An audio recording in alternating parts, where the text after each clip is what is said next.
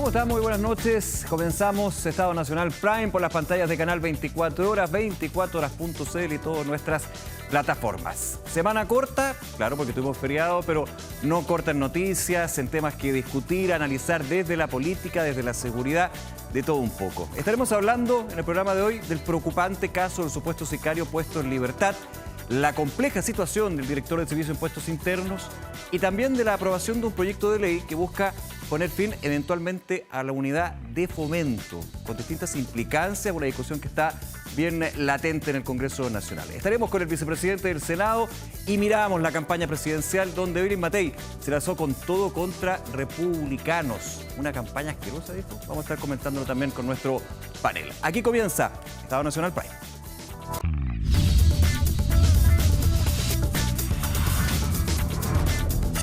Estado Nacional.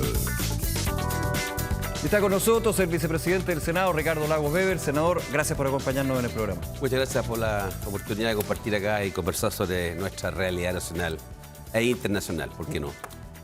Sería bueno hablar de internacional, pero yo creo que nos vamos a quedar cortos. A ver, y aprovecho ese concepto, senadora. ¿Cómo está la realidad de Chile? Porque están pasando tantas cosas. Yo solamente di algunos, vamos a poder ahondar con usted. Y ustedes lo ven desde el Senado, desde la discusión legislativa, en año electoral. No, yo en general... Estamos julio reciente. Yo trato siempre de tener una mirada optimista en las cosas, ¿sí? Porque si no, ¿para qué no está de trabajo, digamos, para andar enojado todo el día? Obvio. Pero admito que como que en las últimas 4 o 5 semanas como que han ocurrido varios eventos o situaciones que como que requiere más energía para poder enfrentarla y todo simultáneo. Sí. Y estoy dejando de lado lo que fueron las primarias desde el punto de vista del resultado que obtuvo mi candidata, etcétera, que generaron. Pero estoy pensando el tema, bueno, tú lo mencionaste, el tema sicario, este proyecto de ley de UF que puede generar un tema complejo económicamente. Estamos hablando de lo del director de impuestos internos. Parte del oficialismo de la Cámara de Diputados recurre contra el propio gobierno, el gobierno que estamos apoyando con un requerimiento al Tribunal Constitucional. Proyecto de permisos sectoriales. Permisos sectoriales. Y se me está quedando algo más por ahí, yo estoy seguro, porque son como hartas cosas. Cosena. Bueno, ya, pero eso ya queda todavía dentro de los chascarros. Entonces siento, y perdón. Hoy día hasta chilenismo se le salió a su colega de mesa. Al presidente de la mesa, sí. Y el tema internacional, fuera de broma, el tema de los aranceles, que a nosotros vamos a ver cómo nos va a golpear. Son varios temas que yo creo que requieren hasta ahora. Y ver el ambiente se pone complejo. Las declaraciones, la escuché además directamente hoy día la candidata Evelyn Matei, sí. Ese video que es re feo, la verdad, ya que la trata muy mal a ella. Entonces yo siento que tenemos tanta necesidad objetiva de cuidar lo que tenemos y hacerlo mejor, y todos tenemos responsabilidad en esto, que no sé si queda espacio para darnos tantos gustos y darnos tantas licencias, claro. Con un movimiento... O sea, es lo que pienso. Entonces, bueno, pero hay que entrarle nomás. No hay de otra. Entremos entonces, no hay de otra. Pero me gustó el resumen, bien clarito. Javier Echeverry, director del Servicio de Impuestos Internos, reportaje de Televisión Nacional, Joaquín Lavé, Constanza Santamaría, que investigaron esta denuncia con respecto a... Claro, no es el no pago de contribuciones, es el pago de menores contribuciones a las que correspondía de esta casa que tiene en el lago, la Laguna Culeo. Entrevistas, los descargos también en distintos medios, Radio Duna el día de hoy. Y el director del Servicio de Impuestos Internos está en una situación, le hago la pregunta, ¿compleja? Que sea dentro de los 65.000 casos, dice él, que son viviendas no regularizadas con el tema de valorización y contribuciones que no son las que corresponden. Pero uno de esos 65.000 casos es el propio director, el que fiscaliza.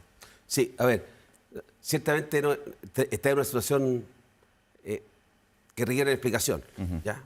Él ha dado su explicación. Sí. Él salió a dar su explicación en el mismo programa del reportaje de 24 horas con Constanza Santamaría. Él dio su versión, él habló hoy día en otro medio de comunicación.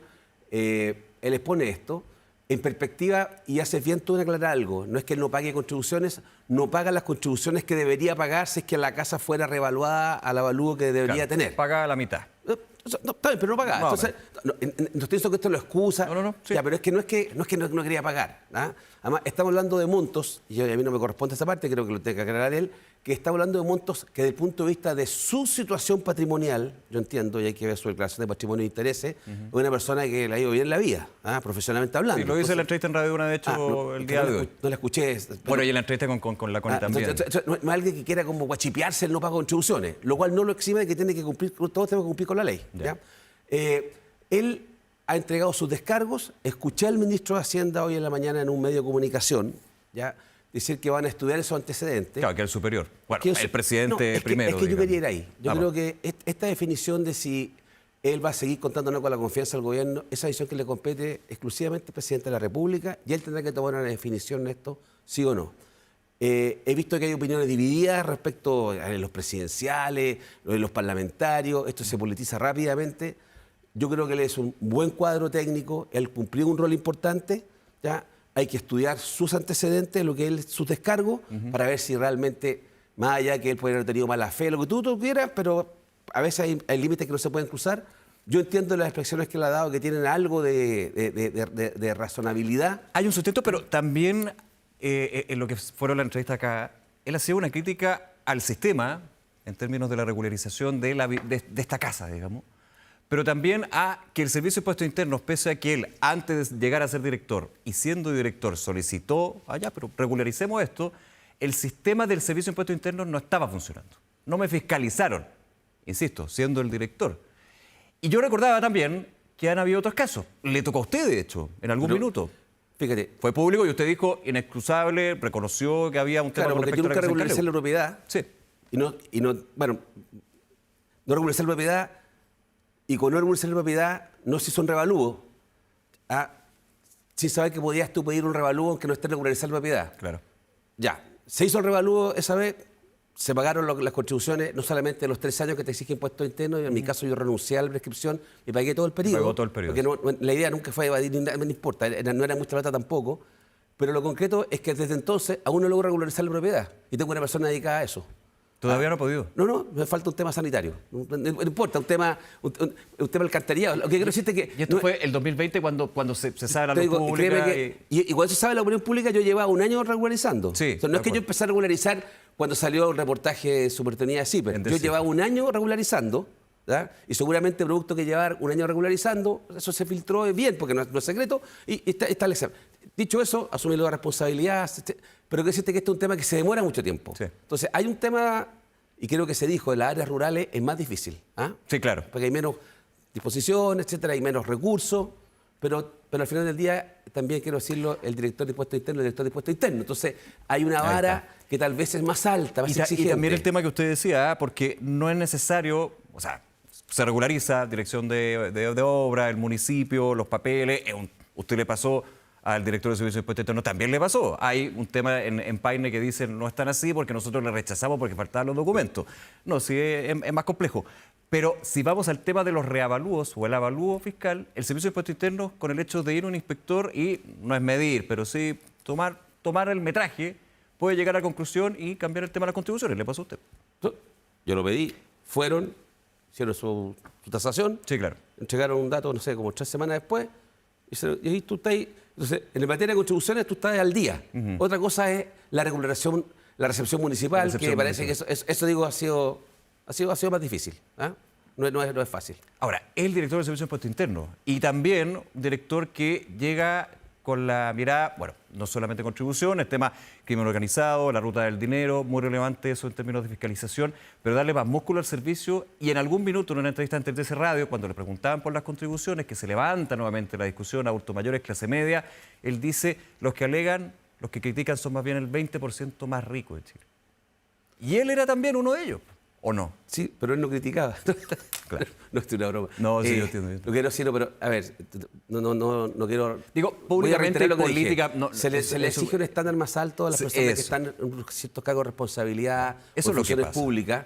La ley no lo dirá, pero en los hechos. Entonces, por eso es que es importante entender bien los antecedentes y también ver el rol que él ha jugado. O sea, yo quiero decir, así como se le exige a una persona que está en esos cargos tan altos, a veces un estándar mayor, al mismo tiempo yo evaluaría lo que ha sido su trayectoria en esto y pensar si que acá hay un error ¿ya? Que es un error que puede ser digerible por la sociedad, producto del rol que él juega y que ha jugado y en materia de impuestos internos como director durante muchos años de distintos gobiernos y el rol que está jugando ahora. Entonces, que tiene una solución delicada, cierto, pero nadie me va a decir que con Javier Echeverry no quería pagar contribuciones o que quería burlar las prestaciones o quería hacerle el quite. Usted divide la agua en ese sentido. Es que yo lo divido, así como le exijo a la autoridad un estándar más alto a veces de responsabilidad, aunque no lo pida la ley. ¿Sí? Entonces permítame entonces, si yo le pongo un elemento subjetivo en esa materia, el elemento subjetivo que quiero rescatar es la capacidad que tiene Javier Echeverry para llevar las cosas, de hacer las cosas directo, ¿ya? Mira lo que está haciendo con el tiempo que lleva, las cosas que ha hecho, ¿ya? Entonces creo que desde ese punto de vista hay que evaluar bien, digamos, si es que esto anula. No debería presentar su renuncia. Bueno, si él quiere presentarla, esto es su derecho. Son cargos, digamos, que siempre están a disposición. Pero esto nuevamente va al presidente de la República qué decisión va a tomar. Claro, también con una diferencia con respecto a estos cargos, digamos, del aparato estatal. Él va por alta dirección pública, pero finalmente es elegido por el presidente de la República de un concurso. Sí, y se le puede pedir la renuncia. ¿Y se le puede pedir la renuncia? Sí. Ya, pero esto debería... Porque, a ver, desde el Ministerio de Hacienda se le ha prestado la espalda. O sea, yo se va a revisar la documentación. Durante la tarde, de hecho, y lo había dicho durante la mañana Javier Echeverry, se iba a reunir con el ministro Marcel. Uno diría, se va a reunir. Bueno, efectivamente tienen que revisarlo, pero ahora, hacia adelante, en términos de la fiscalización, aunque haya sido un error o no, igual pesa, ¿o no? Puede ser, pero eso va a depender. Ahí la prueba de eso va a estar en los hechos. Si es que él sigue, lo vamos a poder ver en los próximos meses si eso es así. Pero claramente esto es algo que le genera un golpe. Eso no puedo minimizarlo. O sea, sí, por supuesto. Vamos a otro tema. Usted, tantos años en la Comisión de Hacienda, ¿qué le parece esto de terminar con la unidad de fomento? La UEF. Y pongo también la pelota al piso, porque el proyecto del diputado Manucheri y la diputada Chicardini, la consigna es no más UEF. Se acabó el abuso de la UEF, de la unidad de fomento. Ahora, el día de hoy empiezan a entregar detalles a nivel público. Yo no me he podido entrar a leer el proyecto, que creo que de hecho es de 2018. Ya habla de terminar el pago con UEF de algunos contratos, por ejemplo en educación. No sé qué pasaría con los créditos hipotecarios. El ministro Marcel dijo sería un terremoto. En educación, en educación particular. Claro, particular. Claro. Ya, estamos hablando del 7% de los estudiantes en Chile. Ya, y en Perdón, salud. Y en ese 7%, no, es que aquí no hay que dejarla pasar. Vamos. Porque es una cosa, el 7% de los estudiantes en Chile que van a colegios particulares. Que pagan en UEF. No, son particulares. No sé si todos pagan en UEF. No todos pagan en UEF. Entonces, el porcentaje de chilenos que pagan en UEF en la educación son así. Entonces, no sé qué problema le está solucionando a los chilenos ese proyecto de ley. Ya. Cuando hablamos, entonces yo veo que el título, fin al UEF, y después recurre que es para la educación de los colegios particulares, donde va el 7% de los alumnos en Chile, y donde no todos además aplican el UEF, estamos hablando de no es un tema para los chilenos. Ya, vamos a la salud. Una situación similar, entre comillas, ISAPRE. Sí, entonces la pregunta es cuál es el rol de la UEF. El rol de la UEF es que el origen de la UEF además viene, si no me equivoco, creo que de fin de los 60, sí. La unidad de fomento, que era para fomentar las construcciones, los créditos hipotecarios. ¿Ya? Y era en periodos de la historia de Chile que los chilenos, las últimas 30 años no lo conocemos, salvo brevemente, lo conocimos lo estamos viviendo todavía por la inflación producto de los retiros y cuando de los IFE. Llegamos a 2 dígitos. Claro, llegamos a 14. A 14. Pero tengo que decir que la inflación en Chile era de 100%. Sí, claro. Ya, entonces, éramos como unos países hermanos, que tienen esas inflaciones gigantescas. Entonces, para que te prestaran plata, para cubrirse de que el riesgo, se creó este sistema del OEF. Y eso se extendió a otros contratos. Si esos contratos no estuvieran, los créditos hipotecarios no serían tal vez a 20 años, serían a 10 años. Y cuotas de interés mucho más grandes. Y con tasa más alta. Claro, entonces... O sea, porque se imprime, digamos, lo que es el mayor riesgo y en tanto también una inflación que no es plana, que es fluctuante. Entonces, que estuvimos acostumbrados a que estuviera en 4%, bueno, pero eso ya está por pasar. Y está bien que estuviéramos acostumbrados, pero lo que pasa es que ahora tenemos que saber que hay que buena costumbre era. No, es que ni siquiera costumbre, era como que el tema de la inflación alta era una nota que nos llegaba de países de otro lado. Y no era tema. No era tema para Chile. Ahora yo creo que las familias chilenas ya captan de que los precios subieron. O sea, han subido las cosas en Chile, esa es una realidad. Sí, claro. ¿Ya? Y yo siento que la sociedad chilena captó, empieza a tener mayor educación financiera en el sentido del día a día, de que parece que cuando hubo más plata disponible, se compraron más cosas, la economía se sobrecalentó y subieron las cosas y la gente lo resintió. Entonces, yo creo que hoy entrar en el terreno de la UEF, no he visto voces de personas Pero es que populista, saben más ¿no, que uno. senador? ¿Termina siendo populista? Ah, bueno, yo creo que tiene un... Demagogia, dicen. A mí no me gusta tratar esos conceptos así porque después se genera mal debate, ¿entiendes? Y le sacan la cuña. Si yo No se sacar la cuña, sino que... Entonces, si yo trato cuando partí esta entrevista enunciando todos los problemas que tenemos, y dije que hay que ser optimista, pero hay que tratar de generar consenso para salir para adelante, lo que no quiero es pegarle un chilito al otro para decirle populista, que no es así. Yo creo que eso no es una política sana y que va a ayudar a los objetivos que busca. Y creo que en un año de elecciones pueden haber muchas de estas propuestas, como han habido en el pasado. Falta que lleguemos a los retiros nuevamente y todas esas cosas. O sea, también ahora está el proyecto de indemnización a 11 años. O sea, sin límite, sin tope. Sin tope. Año trabajado, año pagado. Ya, entonces eso suena bien para los que tienen empleo, para los que tienen sus cotizaciones y pueden optar. Pero si eso es así, eso encarece la mano de obra, eso encarece la contratación eventualmente. Y eso hay un desincentivo a contratar. Entonces creo que, ahora, lo cual no significa que uno lo pueda explorar, tal vez modificarlo. Pero o sea, abierto a discutirlo, digamos. Pero es que todos tenemos que discutir en la sociedad chilena. Porque antes no se discutían cosas que no se puede discutir, y ocurre que se podía discutir. Tenemos las 40 horas, ¿o no? Claro. Vamos avanzando las 40 horas. ¿Están los 500.000 pesos? Están avanzando los 500.000 pesos, esa es la remuneración. Entonces, la reforma de pensiones que no se podía hacer nada, ¿se pudo hacer o no? ¿Se pudo hacer? ¿Se logró? Pues sí, se logró. Entonces hay que estar medio contento, orgulloso también. Pero ¿cómo se hicieron todos? Mira, estos 3 ejemplos. ¿Cómo se hicieron? Conversando. Ningún sector se llevó el gato al agua. Ninguno dijo, todas mis propuestas, canasta limpia, claro. Todos mis puntos. No, señor. Las AFP están mucho más reguladas. ¿Ya? Hay beneficios hasta la PGU. ¿Ya? Se hace cargo de las diferencias de género. O sea, una reforma que tuvimos que todos hacer un esfuerzo para como dicen algunos, yo digo, para ponernos de acuerdo. La forma peyorativa es transaron. Lo entregaron. Bueno, algunos decían la cocina nuevamente. La cocina, sí, la cocina es cuando ellos no están. Cuando están ahí haciendo la conversación en el Senado, ya no era cocina.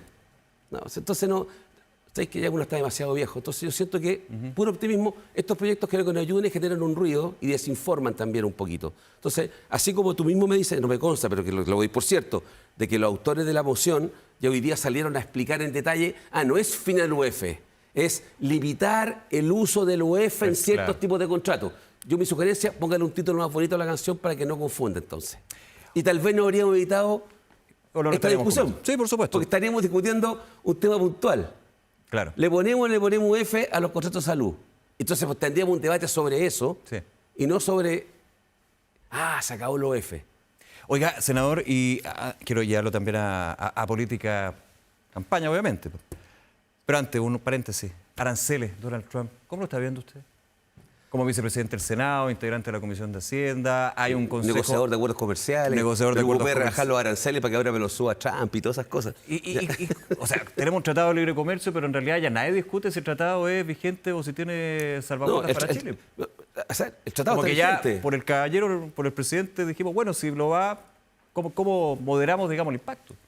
Yo creo que nosotros, primero, quedamos en los países que le aplicaron el desde. Aquí no se salvó nadie. ¿Ya? Pregúntale a Brasil. Bueno, o pregúntale a Argentina.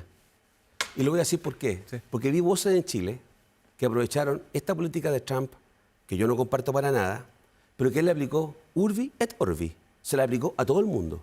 Y acá hubo voces que trataron de decir que ciertas acciones del gobierno del presidente Gabriel Boric habrían generado el arancel del 50% al cobre, o los aranceles que no van a aplicar a Chile, porque fue una reunión de los BRICS, porque hicimos esto. Tratarlo de emperador en algún minuto, bueno, hace meses.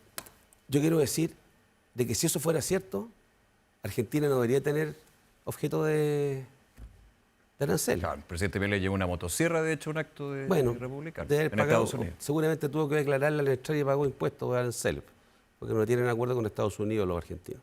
¿No? Nuestra motosierra debe haber pagado cero ya. Pero Oiga, pero hablando en serio, entonces sí, quiero decirte que el tema de los aranceles sí creo que hay que mirarlo con...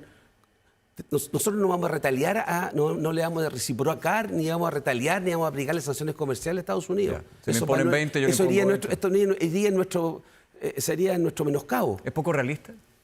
Es que no creo que nadie lo está pidiendo. Entonces lo que tenemos que hacer, ¿sabe lo que hay que hacer?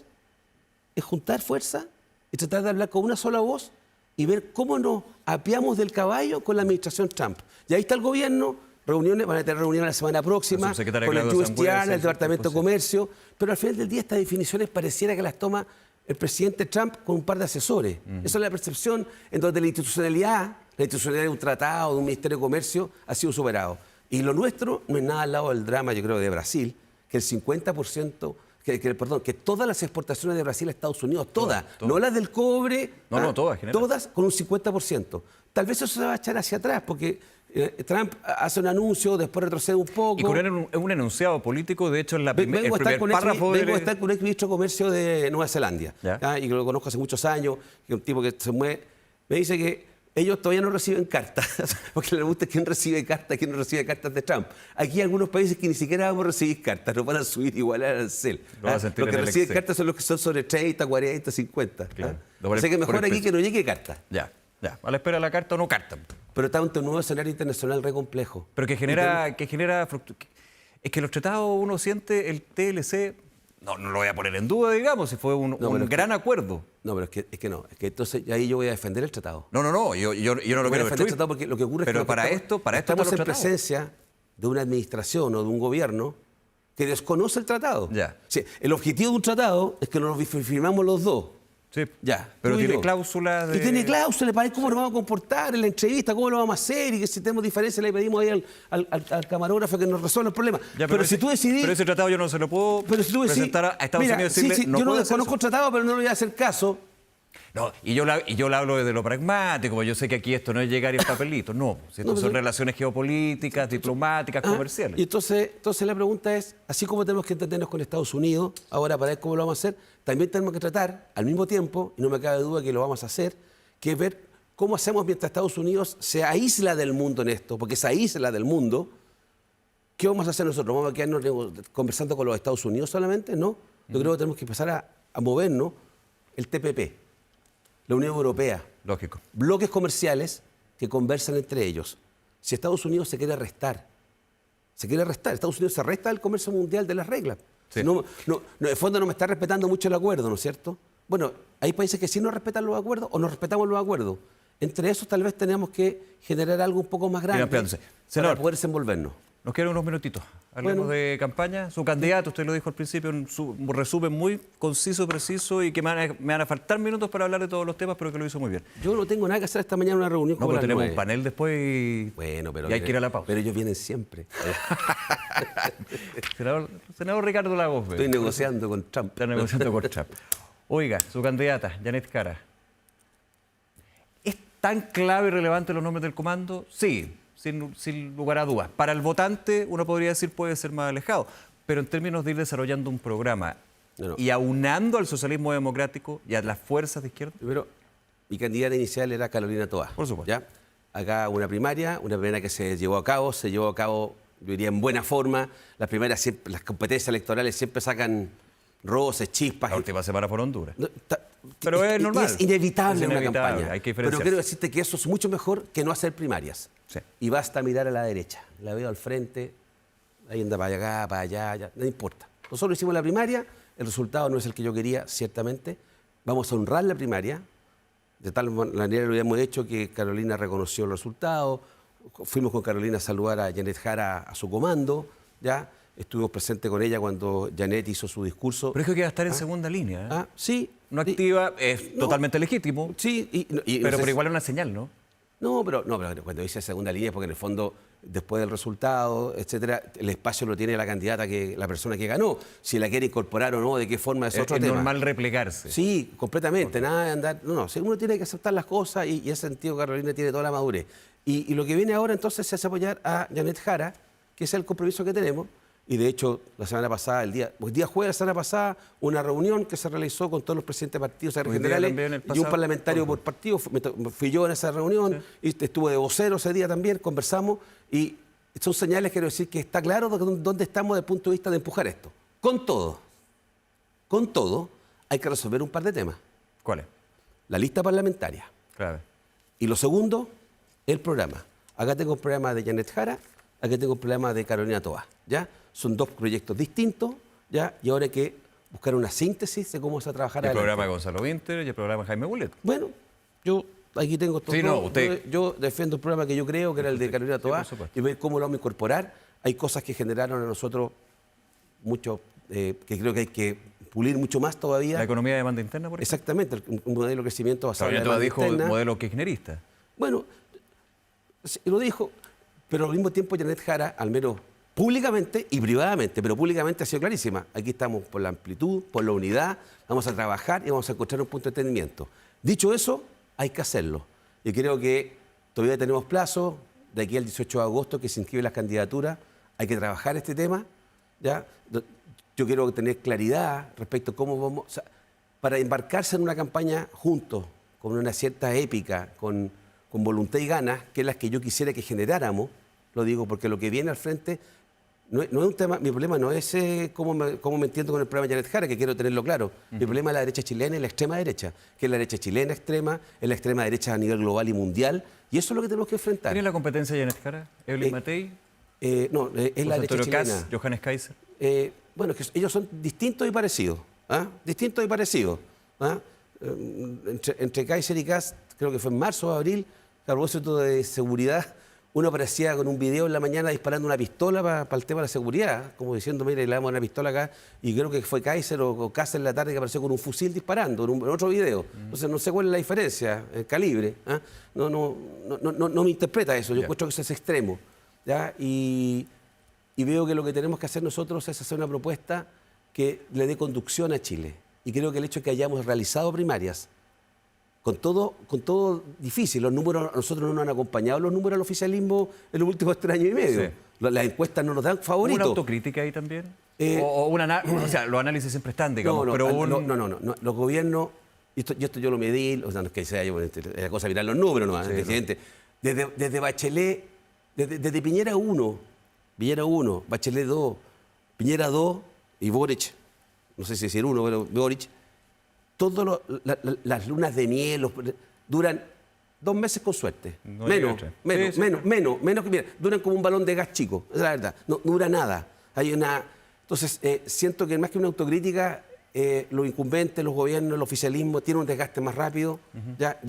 Tal vez así, la ciudadanía hoy día son más demandantes, los chilenos tienen menos paciencia, hay muchas cosas que mejorar rápidamente, ¿ya? Y bueno, eso es más exigente. Entonces, nosotros veníamos menor, pero pudimos hacer la primaria, damos conducción.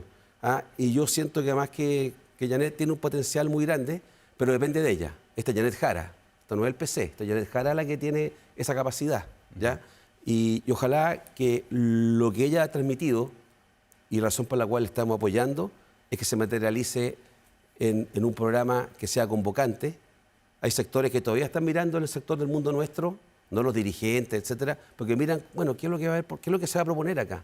Yo me desenvuelvo en varios frentes, en varias áreas, me relaciono con personas de distintas naturalezas, profesionales, gente de los territorios, etcétera, empresarios, dirigentes sociales, y me dicen, algunos, estamos con Janet 100%, otros queremos ver el programa.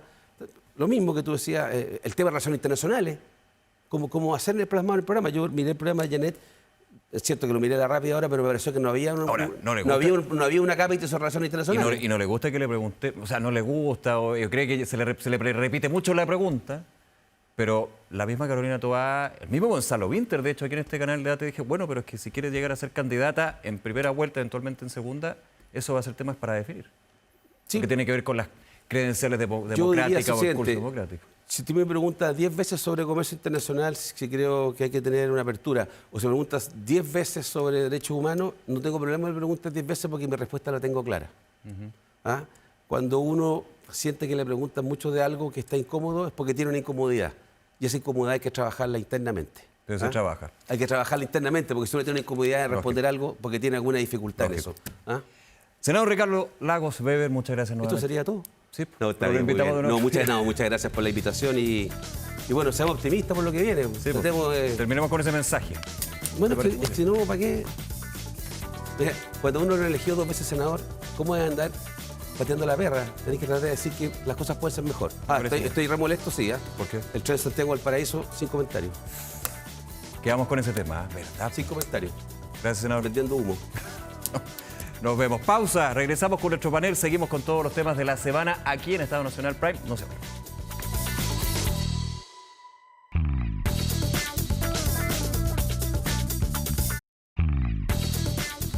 Bien, regresamos a nuestro panel para hablar de los distintos temas que han sido parte del análisis político, social, seguridad, impuestos también. Los presentamos de inmediato. Camila Miranda, presidenta de la Fundación Nuevo 21. Camila, un placer. Bien, gracias. Hola, buenas noches. Como siempre, gracias por acompañarnos. Y Gonzalo Miller, director del Centro de Políticas Públicas de la Universidad del Desarrollo. Gonzalo, bienvenido. Hola, Nicolás. Hola, Camila. En este día jueves, semana corta, yo decía, pero que... Como el lunes otra vez. Como el lunes otra vez, pero lleno de cosas. Comencemos con Servicio de Impuestos Internos. Gonzalo, es una pregunta que ya de cajón, digamos, pero ¿se sostiene el director del Servicio de Impuestos Internos con esta denuncia del menor pago de contribución? Insisto, porque paga la contribución, sí, 9 años, pero menor y no se actualiza, y el director del Servicio de Impuestos Internos que tiene que fiscalizar. Es muy difícil de explicar. Yo lo vi la entrevista que le hizo con Taza Santa María, ¿no? Aquí mismo en TVN. Él trató de explicarlo, ninguna de las explicaciones era muy convincente y el riesgo aquí no es solamente por Javier Echeverri, que tiene profesionalmente una gran trayectoria, una persona que lo estaba haciendo bien en el Servicio de Impuestos Internos, pero él asume sabiendo esto.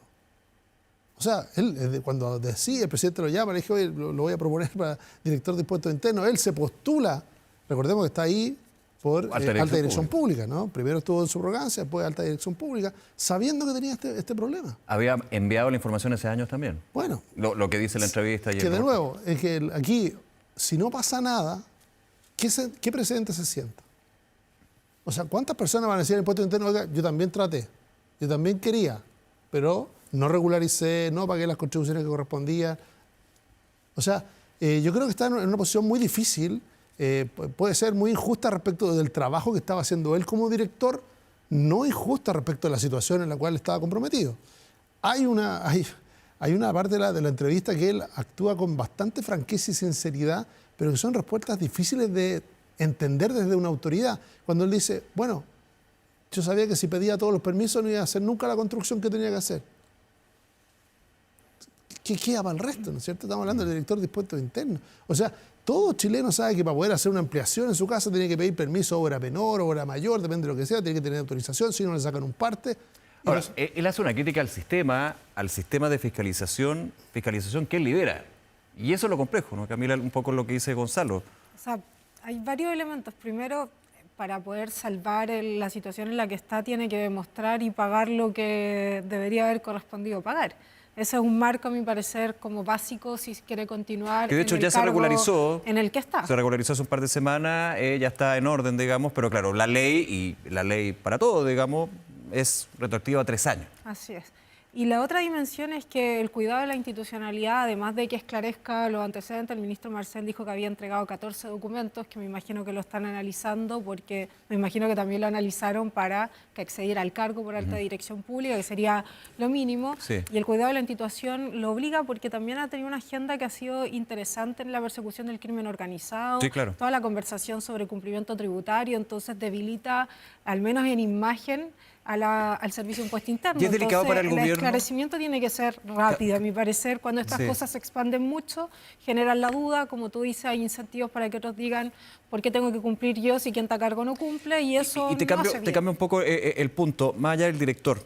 ¿Es delicado para el gobierno?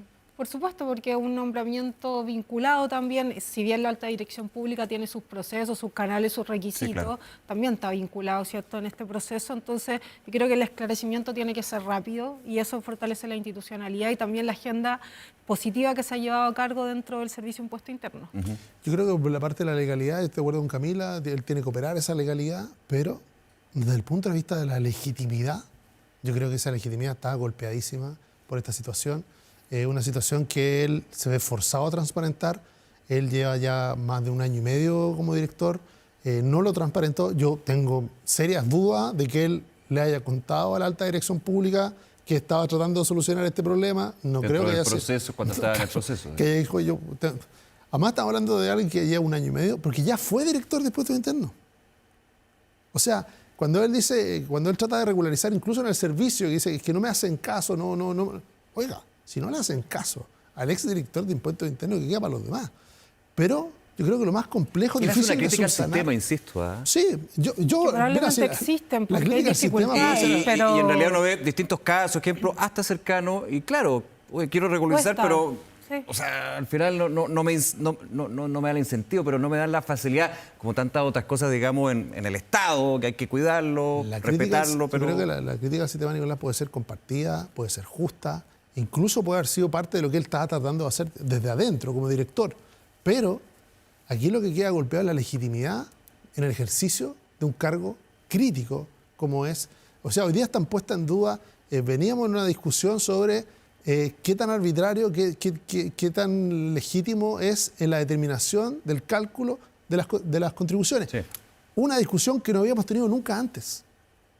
Ya se habían subido muchas veces las contribuciones. La gente decía, bueno, subió el avalúo, esto es técnico, se paga. porque no se ponían dudas. Hoy día hay serias dudas en eso. Dudas que comparte el propio director, que dijo, oiga, vamos a revisar esto, parece que no está bien. Hay sectores agrícolas que le han subido 100% a las contribuciones en 4 años. Algunos de ellos, por ejemplo, en Tirúa, ¿no? Hay una carta en el Mercurio impresionante, ¿no? Una persona dice, me acaban de subir 45% de las contribuciones en una casa que me quemaron. Producto de la violencia, producto del terrorismo, fue La quemada esa máquina, casa. eso Y resulta acabó. que el Estado me sube las contribuciones porque cree que vale más. Y termina con un sarcasmo que es doloroso, ¿no? Cuando él dice, ¿me la comprará el Estado al precio que cree que vale?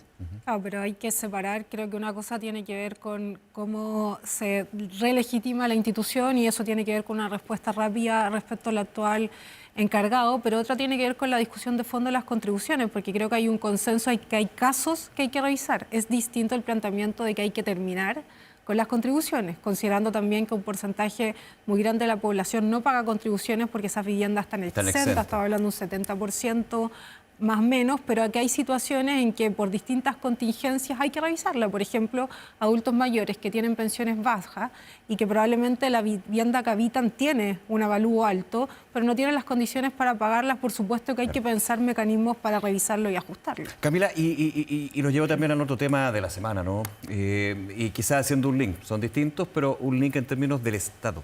Sí. Cómo nosotros vemos al Estado, cómo tenemos que proteger al Estado, respetar al Estado, pero también la transparencia y entender lo que pasa y no pasa.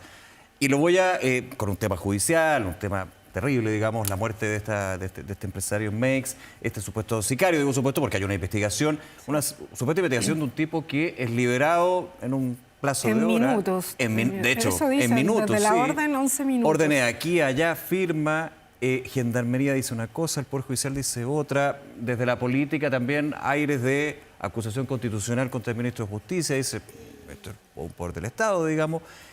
Se pone en duda el sistema de justicia en tiempos donde deberíamos remar todo lo contrario, ¿no? O sea, es que esta semana y estas últimas 2 semanas convergen varios elementos que ponen en tela de juicio el Estado en sus distintas expresiones, porque las personas en general asocian el Estado con el gobierno, el presidente y sus ministros. La FACH es parte del Estado, de las Fuerzas Armadas, a propósito de los narcovuelos. Sí, claro. En el caso del Poder Judicial también es parte del Estado, el caso del Servicio de Impuesto Interno, bueno, parte de la institucionalidad. Entonces pone un marco donde, por supuesto, genera una duda legítima sobre cómo funcionan las instituciones, porque deberían estar al servicio de las personas. Y la duda es si está funcionando bien. Y esclarecer el caso en particular de este supuesto sicario, en investigación sicario, es sumamente relevante, porque aquí hay un problema estructural en Gendarmería, hay corrupción ya ahí, es un problema en el Poder Judicial, hay juezas o jueces que están en las redes del narcotráfico, así como estamos viendo que hay un caso de personeros de las Fuerzas Aéreas que se involucraron en caso. Entonces, sería grave demostrar que ya estamos en una situación muy profunda. Yo creo que todavía tenemos un Estado resiliente para poder identificar casos y aislarlos. Y eso es lo que se tiene que esclarecer con la investigación entre el Poder Judicial y la Gendarmería, fíjate, porque hay muchas cosas que no calzan. Sí, con la Fuerza Armada, y paso inmediato contigo, Gonzalo, se lo doy, Camila, se destacó y tomo ese último punto, que la denuncia se hizo pública por parte de la institución aludida. Primero el Ejército, luego la Fuerza Aérea. Todo el tema de la contienda de competencia, bueno, ese otro punto, digamos, pero desde las mismas instituciones se hizo la denuncia y se hizo público. Aquí está pasando algo. Así es, o sea, hay instituciones. Yo lo veo como positivo que entre todo lo negativo, tener digamos, capacidad de identificar que está sucediendo algo, no callarlo, exponerlo, porque contamina la función inicial y hay muchas personas que están por vocación en las instituciones, pero no hay que olvidar que el crimen organizado tiene un incentivo que es bastante perverso y que corrompe a las personas, que tiene que ver con el interés de lucro, perseguir lucro. Y por supuesto que hay personas más expuestas probablemente a esos incentivos respecto de la vocación inicial, por ejemplo, la defensa del Estado, ejercer la justicia o la función de gendarmería. Y entonces, considerando que existe ese incentivo a ser vulnerado, por supuesto que las instituciones, al ser resilientes, te dan un ejemplo. Yo creo que lo que hay que terminar de clarificar para todas y todos es si estos son casos específicos, y por eso hay que ver qué es lo que pasó aquí, en esta comunicación, dónde falló, o es un problema un poco más profundo y que este caso permita empezar a ver todos los hilos que puedan existir y ojalá cortarlos rápido. Gonzalo. Bueno, yo creo que primero es gravísimo, ¿no? O sea, lo que el narcotráfico y el crimen organizado está viendo es que el Estado chileno no es un adversario real. No es capaz de tomar control, no es capaz de enfrentarlo, es lento, es muy sensible a la corrupción.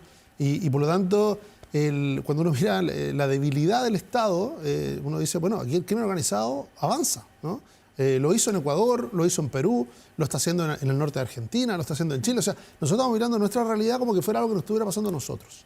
Y resulta que, producto de distintas causas, ¿no? Que podríamos ver, pero son distintas situaciones que tenemos en común, América Latina, entre la diáspora venezolana, la irrupción de los carteles, tenemos la penetración de nuestra frontera.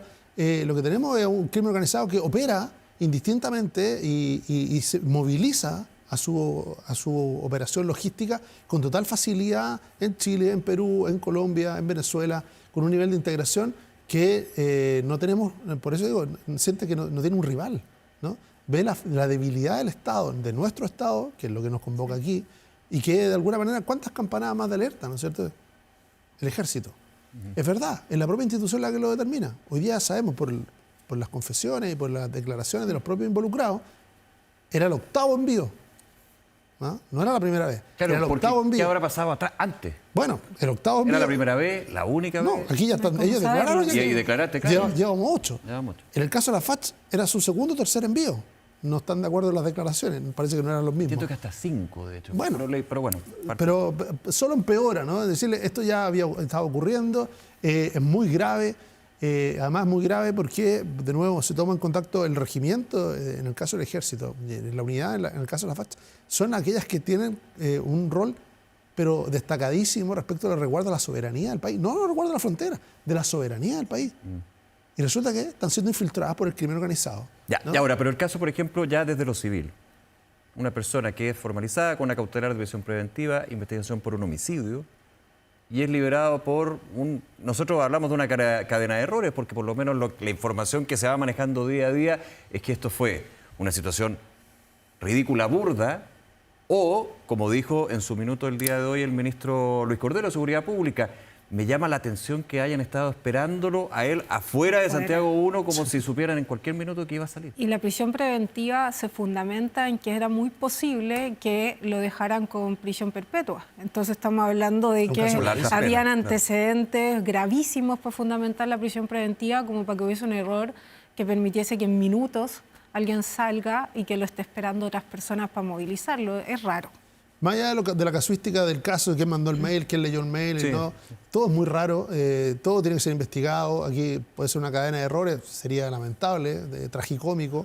Yo creo que parece dar señales que no es solamente una cadena de errores, hay algo más.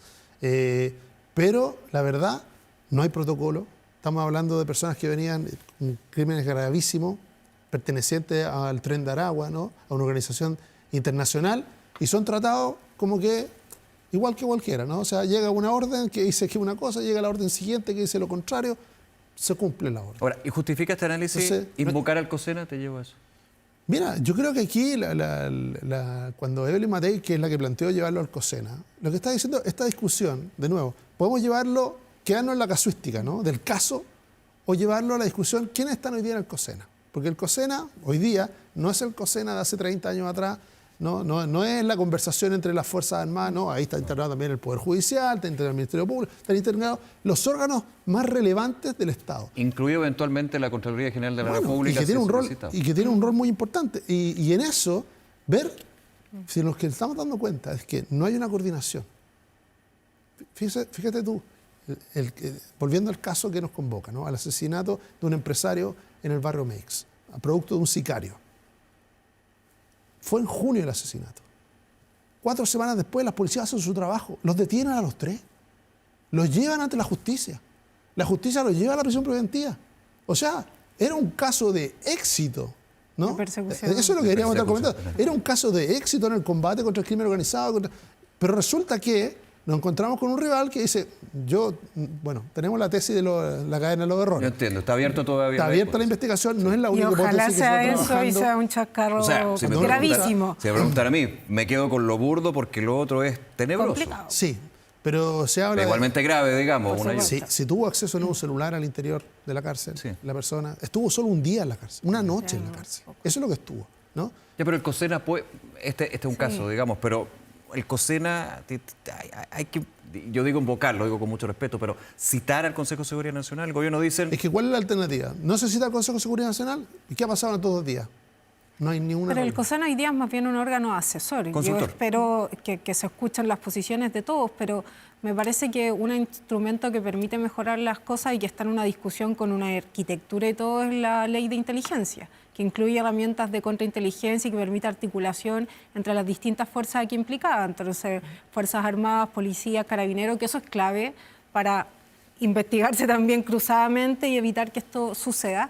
Pero también me parece que son de este tipo de soluciones grandilocuentes, porque no solo el COSENA, también está este anuncio de una posible acusación constitucional contra el ministro de Justicia, a propósito de un caso que no sabemos dónde está la falla, estamos hablando del Poder Judicial y este es el ministro de Justicia, entonces creo que son salidas grandilocuentes y por supuesto que uno quiere resoluciones inmediatas, pero si no sabemos si esto es un chascarro o una situación de fondo, también estás tomando decisiones que no van a resolver. Ahora, el COSENA tiene que ver, a mi parecer, en el contexto de lo que está pasando en las Fuerzas Armadas en particular, y eso yo creo que también se pueden producir otros espacios porque tenemos un ministro de Defensa. El presidente Boric se reunió con los generales y el general del Estado Mayor conjunto. De competencia entre la Fiscalía Militar, la Fiscalía... ¿Qué otro problema, digamos, otra discusión? Pero muchas veces ya fue. hasta la solución es óptima y la otra es que no hay solución.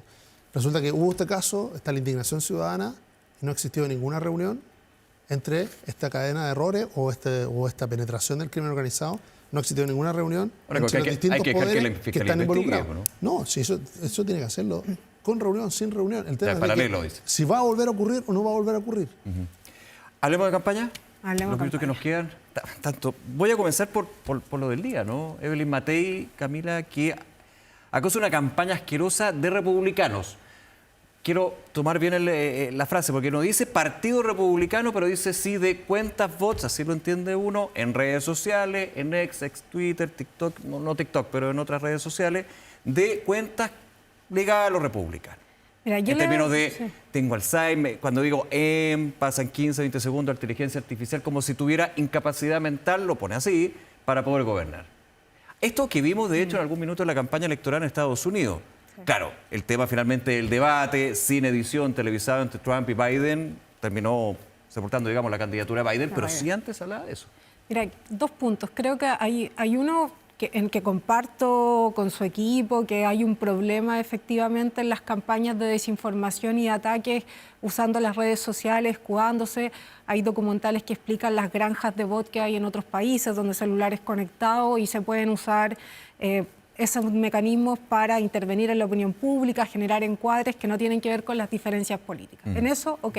El punto es que, a propósito también de una disminución en la encuesta, en la evaluación, en el posicionamiento, me parece que las estrategias de victimización a veces explican la falta de otra estrategia para reposicionarse, porque en el contexto que estamos viviendo, lamentablemente, la desinformación está jugando un papel, y están jugando un papel las campañas de agresión. El punto es cuánto eso daña en una candidatura. Cuando tú estás instalando ideas, poniendo conversaciones, es mucho más fácil detener esos dichos, que cuando está en una situación, a mi parecer, de no tanta claridad de por dónde seguir. Y entonces es un buen espacio el protegerse, tomar iniciativa. Vi parlamentarios de su sector diciendo regulemos a propósito del uso de inteligencia artificial, y ha ocurrido en otros sectores en otro momento. Por eso digo que hay un problema real, pero también en el contexto de la campaña yo veo cierta desesperación de por dónde seguir, y aquí hay una herramienta para protegerse en un contexto donde Kast se va consolidando. Ahora, es posible llegar a aprobar si son o no republicanos, porque eso sería sumamente grave, pero lo más grave sería si eso no impactara en la aprobación de Kast, o sea, si es que uno los logra hacer una trazabilidad. ¿Hay un tema instrumental ahí? Sí, yo no lo veo como una estrategia, lo veo como Entendiendo el punto, que tú per se dices esto no se debe hacer, digamos, y no aporta al debate democrático de una campaña. Pero lógico, puede haber también una doble lectura. Como dice Camila, yo no lo veo como una estrategia, sino como un acto de honestidad, ¿no? O sea, mínima, entre personas que quieren dirigir el país. Dice, bueno, aquí está ocurriendo algo, está ocurriendo información falsa que busca denostar a una persona, se hace de manera concertada, se hace durante periodos largos de tiempo. Recordemos, el primero que reclamó respecto a esta situación fue Johannes Kaiser, en el mes de marzo y abril, que habría sido víctima exactamente de las mismas cuentas durante marzo y abril, y a partir de abril hasta junio, esa cuenta habrían atacado indiscriminadamente a Evelyn Matei. Entonces, yo creo que ese tipo de acciones, con información falsa que busca solamente descalificar o denostar a una persona y que no tiene nada que ver con la discusión política, no tiene nada que ver con la agenda, no tiene nada que ver con una propuesta, son cosas que no solamente dañan a Evelyn Matei o dañan al candidato, pero pueden generar una sino intención, que dañan la democracia. Y pueden generar una intención de voto pensando yo, por ejemplo, en lo indeciso. Y este es el caso de Evelyn Matei, que lo denuncia el día de hoy, pero si uno entra a redes sociales, se encuentra contra Janet Jara, contra Johannes Kaiser, contra José Antonio Kast, desde todos los lados, digamos. Pero este tipo la pregunta, perdón, es si puede influir, digamos, en ese votante indeciso y podría. También siguiendo lo que ha sido la experiencia, por ejemplo, en Estados Unidos. Sí, de hecho podría, porque este tipo de mecanismos funcionan por dos razones. Primero, porque en algunos segmentos refuerzan creencias que ya se tienen de antes. La mentira no cala porque sí, cala porque conecta con ciertas creencias, convicciones, sectores cerrados. Entonces podría tener un impacto en aquellos que ya tienen cierta idea o convicción de que algo puede ser de tal modo. Y el otro lado impacta en términos de que a las y los candidatos a veces les afectan más estas cosas y lo hace reaccionar y cambiar de foco sus campañas, y eso sí puede tener un resultado en su elección. Entonces creo que podría tener resultados electorales. Yo creo que ponerlo sobre la mesa también permitió que el resto de los candidatos no se pronunciara. Janet Jara se pronunció, ¿no?, condenándola. A mí me llama la atención el silencio, por ejemplo, del Partido Republicano, ¿no? ¿Por qué? Porque tiene la oportunidad también de condenar los mismos hechos, digamos, de sumarse a la condena respecto a estas situaciones y desmarcarse de aquellas cuentas que por mucho que estén vinculados a su entorno, no le pertenecen. Entonces, tiene esa oportunidad. El silencio, yo creo que es un error en este caso, ¿no? Yo creo que hay una oportunidad, lo han hecho así desde el propio comando también de Johannes Kaiser, ha habido también solidaridad respecto, porque lo que se está denunciando es una situación que a nadie pudiera dejar conforme. Claro, claro. Y que de alguna manera daña la convivencia. Entonces, yo creo que más allá que pensar qué impacto puede tener o no tener en las encuestas, el tipo de discusión y la calidad de la discusión que vamos a tener hacia la campaña. Nos queda un minutito. No quiero dejar pasar lo de las listas parlamentarias. Voy a hacer preguntas muy cortitas para darle los minutos que quedan a ustedes, que son los importantes, digamos. Aquí yo veo los tiempos y que me avisan por acá interno. Lista parlamentaria en la derecha, vamos con dos al parecer. Aquí se habla de portazo por parte del presidente del Partido Republicano, la UDI, y la UDI dice, pero si no, nunca quisieron, digamos, ni pactos de omisión, ni acuerdo. Yo creo que aquí, de nuevo, si la izquierda logra tener una lista única, que hay que ver si lo logra, pero está empeñado en eso, ¿no?, ha ido avanzando, eso le pone la obligación a la oposición de tener una sola lista. La oposición va camino a tener 3 listas, sí, no 2. Me quedé corto, sí. ¿Ya? 3 listas. Sí. Entonces, competir 3 listas contra una, aunque la oposición tenga más votos, puede que tener menos representantes elegidos producto de la manera como se eligen esos representantes, que es por lista, y de alguna manera la lista más votada por el sistema TONT tiende a ser premiada, ¿no?, para construir mayoría. Yo no pensaría que el oficialismo está más adentrado, digamos, en la posibilidad de una lista única, que es también la aspiración, por las primarias, por una candidatura que engloba, pero es difícil esto. O sea, hay que ceder mucho. Por supuesto que es difícil, son muchos partidos entrando en Son- una y misma son muchos fiesta partidos. y todos necesitan tener resultados electorales que les permitan sobrevivir como partido, les permitan responder a sus partidos diciendo mantuvimos y no perdimos. O sea, es un ejercicio complejo, pero me parece que hay una Incorporar a la democracia convicción. cristiana, por ejemplo, también. Y eso parte de conversaciones programáticas, pero me parece que hay una convicción compartida de intentar y hacer todo lo posible y lo que hoy día se ve como imposible para lograr tener una lista unitaria, porque no solamente el cómo se le gana al otro sector, sino hoy día está en juego tener o no la posibilidad de mayoría en el Congreso, que son 4/7 después de los cambios constitucionales. Está el aprendizaje, yo creo que no solamente de este sector, sino de todos los sectores, de lo difícil que es cumplirle a la ciudadanía sin tener mayoría parlamentaria. Y tú no puedes seguir consolidando frustraciones ciudadanas. Entonces, o te articulas para tener mayoría, o tienes que luego lamentarte de no poder cumplir con tu programa.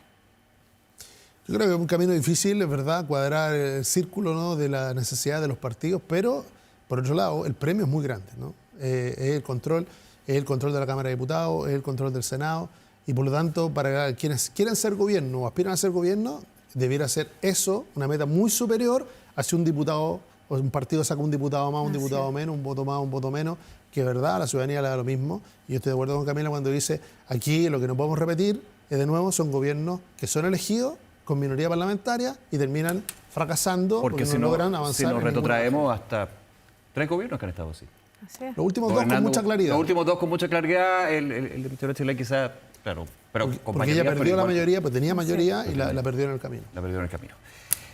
Camila Miranda, Gonzalo Buenas Miller, un noches. placer. Los distintos temas, me quedaron varios en todo caso, pero para otra... Para otro Para jueves. otra será. Muchas gracias, que estén muy bien. Buenas noches. Y a ustedes, gracias por acompañarnos en Estadio Nacional Prime, aquí en Canal 24 Horas, 24horas.cl, todas nuestras plataformas. Sigan con todas las noticias y la compañía también de TVN y todas nuestras plataformas. Que estén muy bien, nos vemos, chao.